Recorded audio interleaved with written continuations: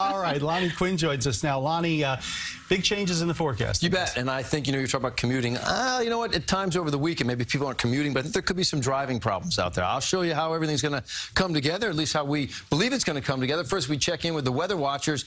Here's John Jovenet. John, thank you for joining the show here from Poughkeepsie. Temps break 50-degree mark today. Will melting snow and heavy rain cause some local flooding? Yep. Yeah, there's going to be some flooding problems out there. So let's get you outside right now. First and foremost, you're looking at a shot from the Empire State Building. So thank you folks over there for giving us those cool vistas of our fine city. It's mild. It's cloudy out there, 51 degrees at this hour. Winds are light around 3 miles per hour.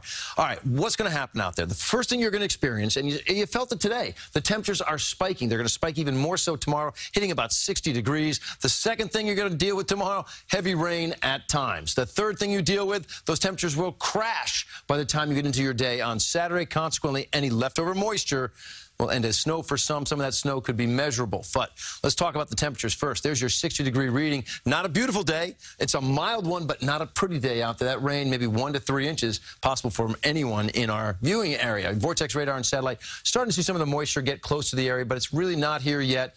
Possibly like 7 o'clock in the morning or so. A lot of this is going to go up and over the area, but there's more, okay? There's more behind it. This is what we're watching move in the direction of where we live. And then I'll give you a bigger picture. There's actually two sort of separate lines here. This is not going to miss us. You're looking at a line of rain from the Great Lakes all the way down to the Gulf of Mexico. So we are going to deal with some rain tomorrow. Futurecast looks like this. 7 a.m., that's when I talk about some of it starting to kick in. This is not the heavy stuff.